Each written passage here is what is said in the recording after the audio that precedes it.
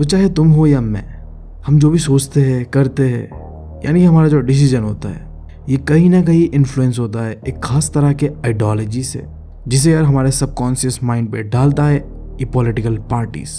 India में तो हालत इतना बुरा है कि 90% पॉपुलेशन जाने अनजाने में इन पॉलिटिकल पार्टीज का आइडियोलॉजी को ही फॉलो करता है।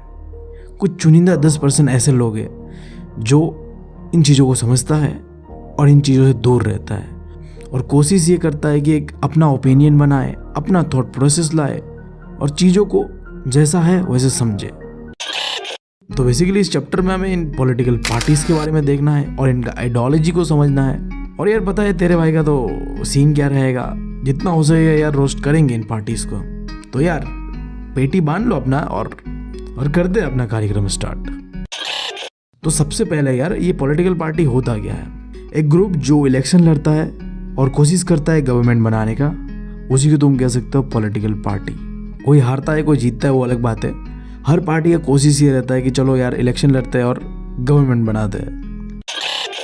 फिर यार इन पॉलिटिकल पार्टीज के अंदर में क्या क्या चीज़ें कॉमन दिखा जाता है? तो इन सारे ही पॉलिटिकल पार्टीज के अंदर में तुम्हें 3 चीज़ें कॉमन दिखेगा। पहला, कुछ लीडर होगा जो कि पार्टी में क्या डिसीजन लेना है नहीं लेना है वो डिसाइड करेंगे।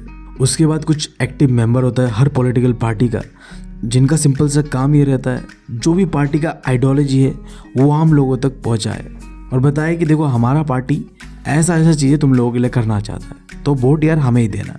और आखिर में यार फॉलोअर्स, समझ ही रहे हो, जो इस पार्टी को सपोर्ट करता है। इसके बाद जो सबसे बड़ा सवाल उठता है, ये पॉलिटिकल पार्टी करता क्या है, फंक्शन क्या है इनका? तो देखो पहला फंक्शन है इलेक्शन लड़ता है, सबको पता है। अब जब इलेक्शन लड़ेगा तो गवर्नमेंट भी बनाएगा, जहाँ वो कई तरह के पॉलिसीज एंड प्रोग्राम्स को इंट्रोड्यूस करता है आम लोगों के लिए, जिससे कि आम लोगों को मदद मिल सके। इसके अलावा यार पॉलिटिकल पार्टीज कानून भी बनाते हैं हम लोगों के लिए, ऑब्वियस सा बात है। और आखिरी चीज़ देखो, जो जीत गया ठीक है, और जो हारा है उसका भी एक इम्पॉर्टेंट रोल है एज ए ऑपोजिशन। क्योंकि देखो जो जीता है उसका गुंडागर्दी ना हो, इसके लिए हमें ज़रूरी है ऑपोजिशन का। अब देखो इसके बाद ये सवाल सब लोगों का फेवरेट है, क्या सही में हमें पॉलिटिकल पार्टीज का ज़रूरत है? अगर है तो क्यों है, तो जान लेते हैं। मान लो कि ये पॉलिटिकल पार्टीज ना होते तो यार ये डेमोक्रेसी भी नहीं होता। फिर अब बताओ चाहिए कि नहीं चाहिए? चाहिए भाई चाहिए। देखो और भी रीज़न बता रहा हूँ। अब मान लो फिर से पॉलिटिकल पार्टीज ही नहीं है, अब क्या होगा? जब इलेक्शन होगा तो जो भी इलेक्शन लड़ने आया हुआ कैंडिडेट होगा वो अपने लिए लड़ेगा इलेक्शन, इंडिपेंडेंटली। सेल्फिश होगा वो, होगा कि नहीं होगा बताओ? अपने लिए लड़ रहा है ना, इंडिपेंडेंट। अब इससे सबसे बड़ा प्रॉब्लम क्या पता है? उस कैंडिडेट का बस रिस्पॉन्सिबिलिटी रहेगा जहाँ से उसने इलेक्शन लड़ा है, यानी कि उसके कंस्टिट्यूएंसी से। इसका मतलब यही होगा कि अगर कंट्री की भलाई के लिए कोई भी डिसीजन लिया जाएगा तो उसमें कोई यूनिफॉर्मिटी नहीं होगा, सब लोग एक तरीके से नहीं सोचेगा, सब अपने अपने थॉट्स होगा और अपने अपने फ़ायदे के लिए सोचेगा। और आखिरी चीज़, जब इतना कुछ हो ही रहा होगा तो कौन यार कंट्री के बारे में सोचेगा? सब अपने बारे में सोचेंगे। तो अब बताओ चाहिए कि नहीं चाहिए पॉलिटिकल पार्टीज? चाहिए भाई, ज़रूरी है। और इसी से एक अगला सवाल, रोल ऑफ अपोजिशन। देखो इलेक्शन होने के बाद जो जीतता है वो तो पता है गवर्नमेंट बनाता है, 5 साल अपना सिक्योर कर लिया उसने। जो आम लोगों का जो रिस्पॉन्सिबिलिटी है ना वो जाता है अपोजिशन पार्टी के ऊपर। गवर्नमेंट सही से काम कर रहा है नहीं कर रहा है, इन सब का जिम्मेदारी होता है अपोजिशन पार्टी के ऊपर। देखो अपोजिशन पार्टी ना गवर्नमेंट का जो भी पॉलिसीज़ होता है उसे क्रिटिसाइज़ कर सकता है, बट जेन्युइनली वो गलत होना पड़ेगा तब। ऐसा नहीं कि भाई गवर्नमेंट ने कुछ भी किया और हम तो क्रिटिसाइज ही करेंगे, जैसे इस समय इंडिया में हो रहा है। गवर्नमेंट कुछ भी कर ले, ऑपोजिशन यार क्रिटिसाइज ही करेगा, चाहे वो अच्छा हो या गलत हो। ऐसा नहीं होना चाहिए। जो डिसीजन यार पब्लिक के इंटरेस्ट पे है, यानी कि आम लोगों के फ़ायदे के लिए होता है, उसे क्रिटिसाइज़ नहीं करना चाहिए। बट जहाँ तुम्हें दिखे कि यहाँ आम लोगों के साथ गलत हो रहा है, ये पब्लिक इंटरेस्ट के खिलाफ है, तब तुम्हें आवाज़ उठाना है। यही पहचान होता है एक स्ट्रॉन्ग ऑपोजिशन का। और यार हमें ज़रूरत है एक स्ट्रॉन्ग ऑपोजिशन का। बात करो तो भाई साहब इंडिया का तो क्या ही बताए भाई। एक है हमारा राहुल गांधी, ऐसा मशीन बनाने का बात कर रहा है, एक तरफ से आलू घुसाओगे दूसरी तरफ से सोना निकलेगा। बताओ यार। अब तुमने यार इतना तो समझ ही लिया होगा कि पॉलिटिकल पार्टी क्या होता है और पॉलिटिकल पार्टी का काम क्या होता है। अब सवाल उठता है एक कंट्री के अंदर में कितने पॉलिटिकल पार्टीज होना चाहिए। तो ये डिपेंड करता है कि उस कंट्री में किस तरीके का पॉलिटिकल सिस्टम है। अब मैं अगर बात करूँ चाइना का, जहाँ 1 पार्टी सिस्टम चलता है, वहाँ क्या होता है, एक ही पार्टी के हाथ में पूरा पावर होता है, और ऐसे जो सिस्टम होता है उसे तुम कह सकते हो ये एक नॉन डेमोक्रेटिक सिस्टम है। फिर अगर हम बात करें यूके और यूएसए का, तो वहाँ चलता है 2 पार्टी सिस्टम, जहाँ यार क्या होगा, 2 पार्टीज ही होगा और दोनों ही कभी ये जीतेगा कभी वो जीतेगा। और देखो 2 पार्टी सिस्टम का थोड़ा फ़ायदा ये होता है कि ये स्टेबल गवर्नमेंट होता है। 5 साल के लिए एक गवर्नमेंट आ गया तो बस आ गया, अब अगला साल जब लोगों को ये पसंद नहीं आएगा तो दूसरे पार्टी को बना देगा। तो इस तरीके से एक्सचेंज करते रहते हैं वो लोग।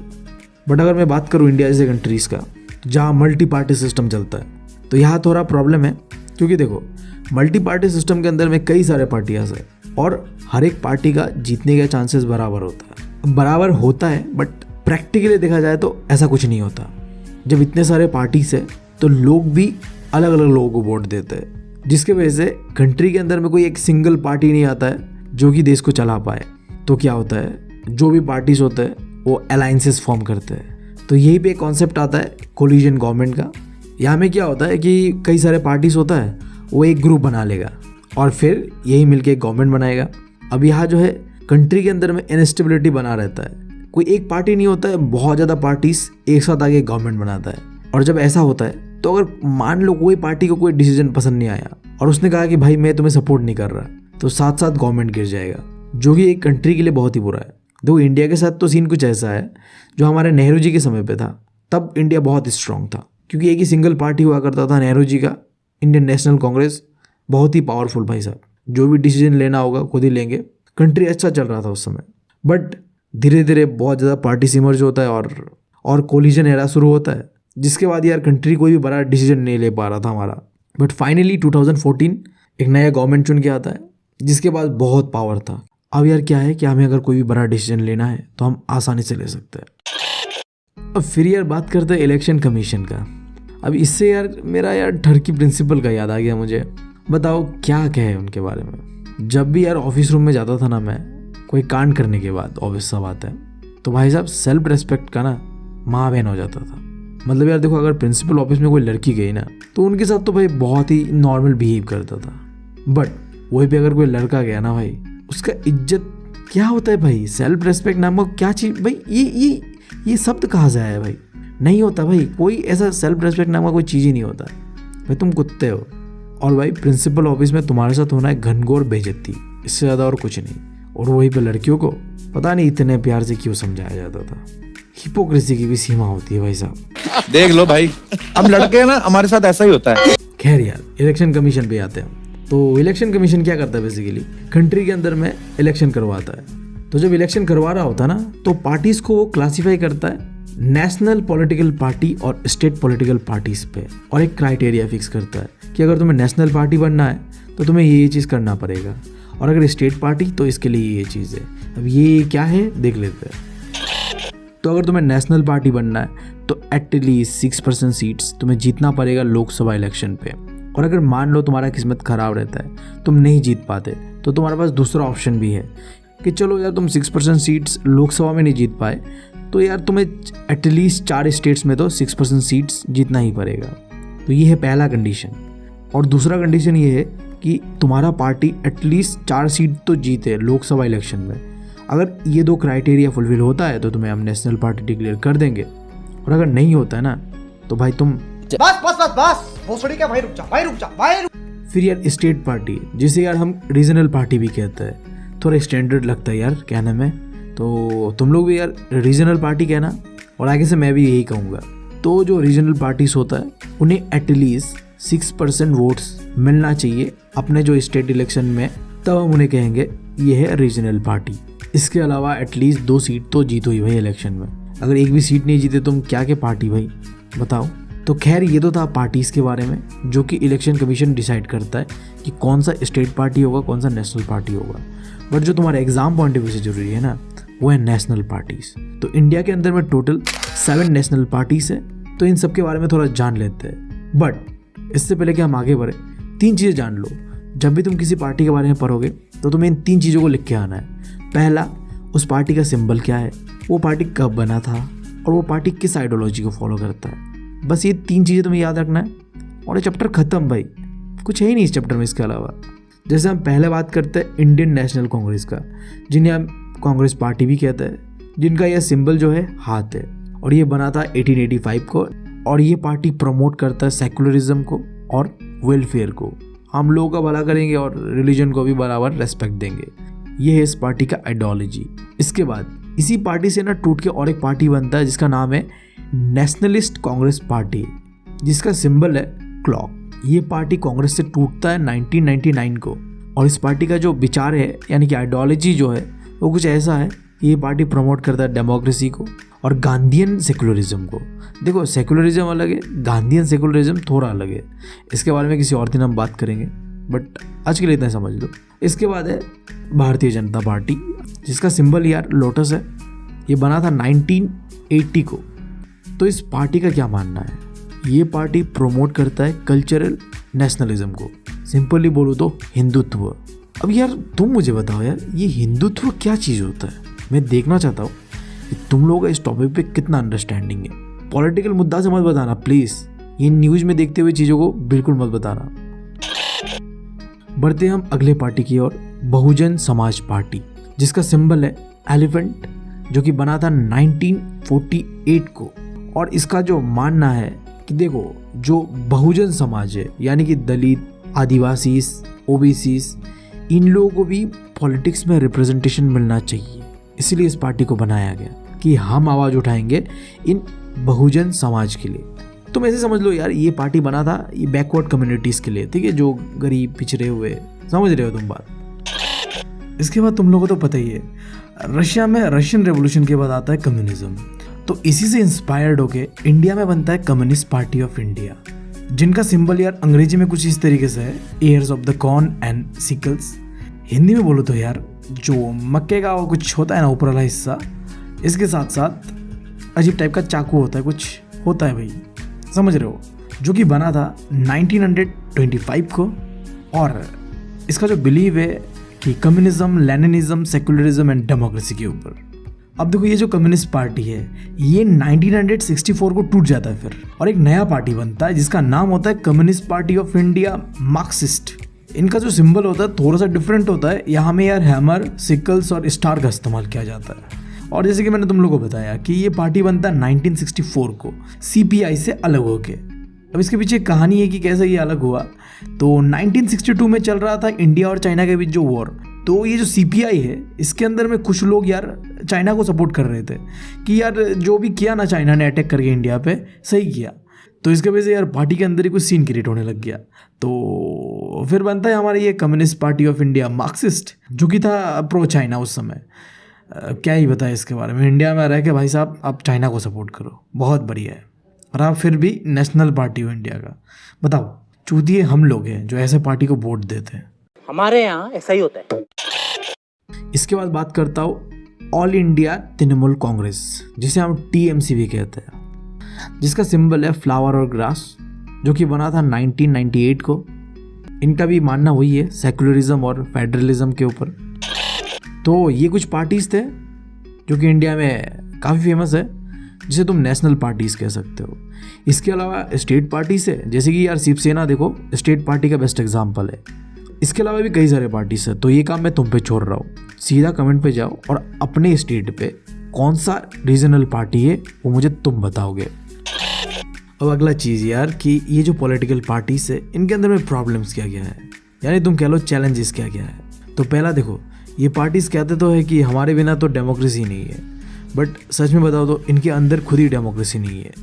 कुछ ही लोग पूरा पार्टी को कंट्रोल कर रहे होते हैं, जो कि किसी तरीके से भी डेमोक्रेसी का सिग्नल तो मुझे नहीं दे रहा।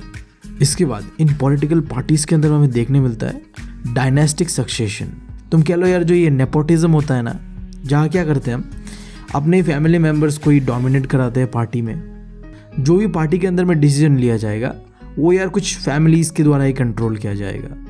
बुरा मत मानना यार, जैसे हमारा कांग्रेस जो है ना वो एक बेस्ट एग्जाम्पल है इसका। इसके अलावा देखो यार मनी और मसल पावर का भी इस्तेमाल इलेक्शन जीतने के लिए पॉलिटिकल पार्टीज काफ़ी करते हैं, ये चीज़ सबको पता है। और आखिरी चीज़, ये जितने भी पॉलिटिकल पार्टीज है ये सारे के सारे पब्लिक को चूतिया बना रहे हैं भाई साहब, सीधी बात है।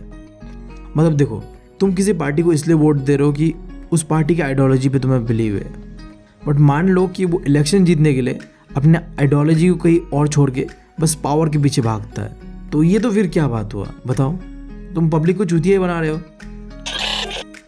तो जो इतने सारे प्रॉब्लम्स है पॉलिटिकल पार्टीज़ के अंदर में, इन सब को सुधारने के लिए इंडिया के अंदर में 3 रिफॉर्म्स लाया गया। पहला यार कॉन्स्टिट्यूशन को अमेंड किया गया, जिसके अंदर में एक कानून लाया गया जिसका नाम था एंटी डिफेक्शन लॉ। इस कानून में सिंपली इतना लिखा था, अगर कोई भी कैंडिडेट इलेक्शन जीतता है एक पार्टी की तरफ से तो फिर वो पार्टी चेंज नहीं कर सकता।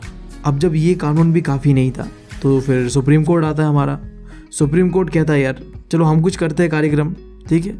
तो सुप्रीम कोर्ट एक अपना ऑर्डर लेके आता है कि आज से ये मैंडेटरी है, सारे कैंडिडेट जो इलेक्शन लड़ना चाहता है कि तुम्हें एक एफिडेविट देना पड़ेगा जहाँ में तुम डिटेल बताओगे कि तुम्हारे पास कितना प्रॉपर्टीज़ है और तुम्हारे ऊपर कितने सारे क्रिमिनल केसेस पेंडिंग है, ताकि लोगों को भी तो पता चले कि तुम कितने बड़े झंडू हो।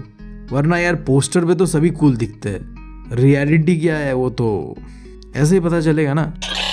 और जब ये भी कम लग रहा था तो फिर हमारा इलेक्शन कमीशन आता है और कहता है हम करते हैं प्रबंध, आप चिंता मत करो। जब सारे ही पॉलिटिकल पार्टीज़ के लिए ये कंपलसरी था कि वो अपने पॉलिटिकल पार्टीज़ के अंदर ही इलेक्शन करवाए, मतलब तुम कह सकते हो पार्टी के अंदर में एक तरीके का डेमोक्रेसी लाए और साथ साथ इनकम टैक्स रिटर्न फाइल करे, यानी कि कौन कितना कमाता है भाई साहब वो चीज़ हमें आके दिखाओ। मतलब ऐसा ना हो कल तक तो तुम रहते थे बस भाड़े के घर पे और यार इलेक्शन जीतने के 5 साल बाद तुमने यार 100 बीघा ज़मीन खरीद लिया। अब देखो ये जो 3 रिफॉर्म्स है ये तो हमने किया, बट हमें और क्या क्या करना चाहिए। हमें यार एक ऐसा कानून लाना चाहिए जिससे कि हम पॉलिटिकल पार्टीज़ के अंदर में क्या हो रहा है नहीं हो रहा है इस चीज़ को कंट्रोल कर पाए। इसके बाद जितने भी पॉलिटिकल पार्टीज़ है उन्हें ये कंपलसरी कर दे कि एटलीस्ट कुछ टिकट जो है वो वुमेन्स को भी दो। और आखिरी चीज़ देखो, इलेक्शन करवाते हैं तो पॉलिटिकल पार्टीज़ क्या करता है, अंधा पैसा खर्चा करता है। अब ये पैसा आता कहाँ से ये बस वही जानते हैं, और हम भी जानते हैं यार, ऐसा नहीं है, सब जानते हैं हम, अंदर की बात है बट जानते हैं। चच्चा हमारे विधायक है भाई, सब पता है हमें। तो यार तुम्हें पता है कि जो भी होता है ये गलत है, ऐसा ना हो। इसलिए यार कहा गया ऐसा कि गवर्नमेंट को एक ऐसा फंड तैयार करना चाहिए जो कि इलेक्शन में हर पार्टी को पैसा देगा कि भाई देखो तुम्हें इलेक्शन पे इतना ही रुपया खर्चा करना है। 1 रुपये पे अगर ज़्यादा खर्चा किया ना भाई तो फिर देख लेना, फिर जो करना है हम करेंगे फिर। तो आई गेस मैंने चैप्टर ख़त्म कर दिया भाई लोग। चैप्टर थोड़ा बोरिंग था, लेंदी भी था, बट था तो था, अब क्या कर सकते हैं। लगता है ये मुझे तुम लोगों को समझ में आ गया होगा। अगर नहीं आया तो यार इंस्टाग्राम पे मुझे पूछ लेना। इसके अलावा बस तुम लोगों से इतना ही कहना है। बहुत तकलीफ होती है जब आप योग्य हो और लोग आपकी योग्यता ना पहचाने। कर दो यार, तुम्हारे पैसे थोड़ी ना कट रहे हैं।